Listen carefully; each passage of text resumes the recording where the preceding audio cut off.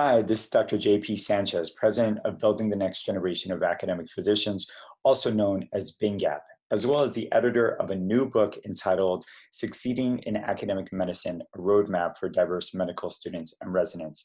As many of you know, we've launched this podcast consisting of the authors of the chapters of the book to further inspire, motivate, and provide important knowledge to diverse trainees as they consider academic medicine careers. Today, we have Dr. Dennis Spencer, who is not only one of the co-authors on the chapter titled Financing an Academic Medicine Career, but is one of the founding board members of BINGAP. How are you doing today, Dennis? I'm great. Pleasure to be here. Well, thank you. I know you're very busy, especially given our current crisis. Thank you for taking this time to be a part of this podcast. So as we start off, as mentioned, many of the things that we do are for our diverse trainees. Can you share a little bit about your own background and your diversity dimensions? Well, great. So I am a Black male, first-generation physician from Baltimore, Maryland. My family's roots are in the deep South, specifically South Carolina, so I view myself as a bit of a Southerner as well. Great, thank you. And you've had an incredible educational and professional journey. Can you share with the listeners where you've been and where it's taking you across the country? Oh, it's certainly been a journey. So I am a proud product of the Baltimore City public school system. After which I became an even prouder alumnus of the Morehouse College in Atlanta, Georgia, where I graduated from there with a degree in biology. From there, while in Atlanta, I worked as a research assistant at the Morehouse School of Medicine before ultimately going to New York City, where I attended the tri-institutional MD-PhD program between Cornell, Rockefeller, and Memorial Sloan Kettering. I eventually received my PhD from Rockefeller University in bacterial pathogenesis and immunology. And after finishing the MD from Cornell, I went over to the West Coast. I did my residency in pediatrics at Stanford University, Lucile Packard Children's Hospital. And now I am finishing up the last few months of my pediatric gastroenterology clinical fellowship at Boston Children's Hospital, an affiliate of Harvard Medical School. I've already committed now in the next few months to transition to faculty and continuing also as a postdoctoral fellow, having a mentored research experience in the Rakoff Nahum Lab at Harvard Medical School. Well, huge congratulations. I know you've made the Baltimore community very proud of one of their sons, and I'm happy that you're able to share your recent appointment within the Harvard system that we'll also be highlighting during another podcast. So thank you for allowing us to be one of the first places for you to make that announcement. Now, as we talk more about the book, can you share why you decided to, be one of the co-authors within this book, and specifically on the chapter on financing an academic medicine career?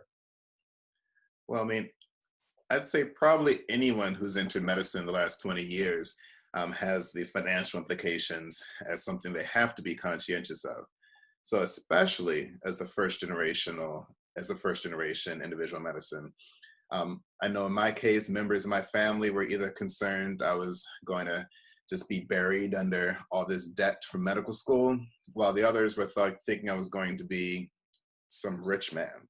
So while the latter is not really the story for many of us, the uncertainty with the finances is definitely something that is unclear for many trainees, especially when we hear a lot about the financial climate changing, confusing talk about earnings and reimbursement, and we really just don't learn about this in medical school. So with all these complicated moving parts, I felt like many in the potential academic medicine pipeline, decisions are being based on fear of remaining in debt or not being able to support each other and support ourselves. So I wanted to be able to be a part of the counter argument. I've had the benefit of meeting many people who are thriving in academic medicine. So eventually hearing their stories, although I do know that there are incentives and perks that they've been afforded. And I think that, as a firm believer in the statement that you don't know what you don't know, I wanted to help make that financial case, how pursuing an academic career could be not only a feasible idea, but something that you can find true enjoyment in. And we also had the benefit of collaborating with the AAMC, which just made it even more exciting to do. Excellent, excellent. So, can you share a little bit more about what made it most gratifying about writing and contributing to this book? So I must say this was a bit of a twofer for me. I mean, it's gratifying to be able to, again, directly address some of the concerns that people have brought up to Ben Gap about why they may not wish to pursue such a career. But it also had the dual benefit of me learning a lot along the way.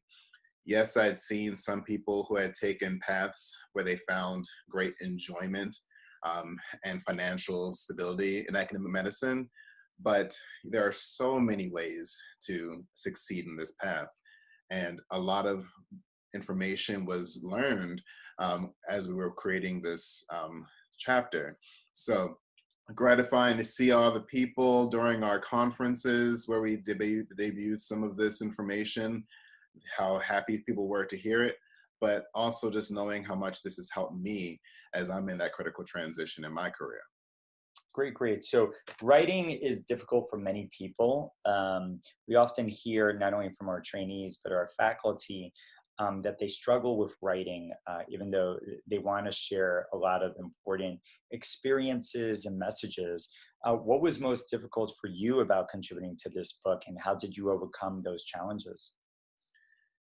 So with writing this chapter, we wanted to provide a concise um, representation of what can be a way of making that financial argument for academic medicine.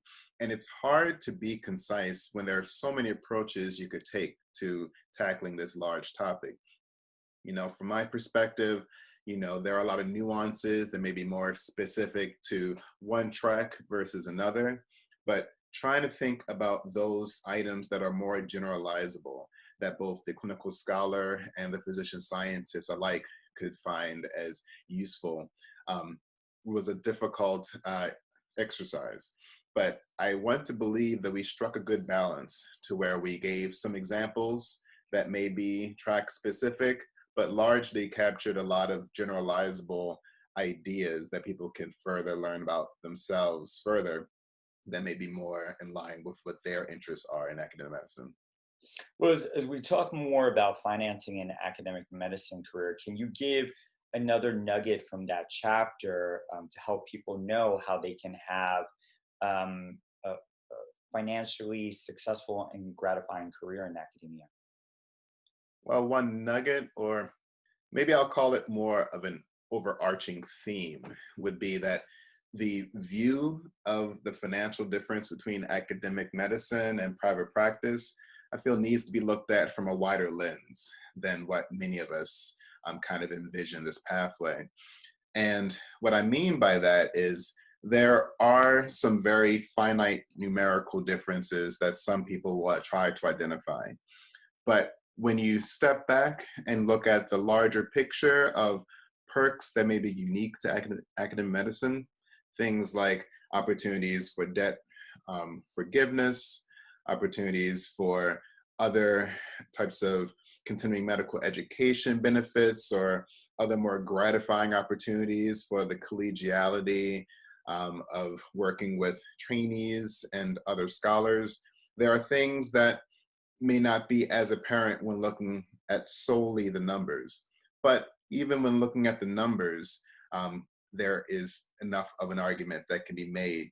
So I think that the nugget I hope that we again try to drive home during this chapter is that you have to look at the full picture and not be swayed by, again, fear based on what may be very surface differences, because that may be where you're missing out, where your actual heart is and where you'll find the most fulfillment.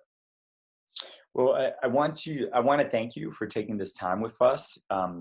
Thank you so much for your 10 years of contribution, over 10 years of contribution to Bing Gap, and for contributing to this specific project and to this chapter. Most importantly, congratulations on your latest promotion. We're so proud of you and so excited, and we're looking forward um, to continuing to celebrate your many successes ahead. So thank you again.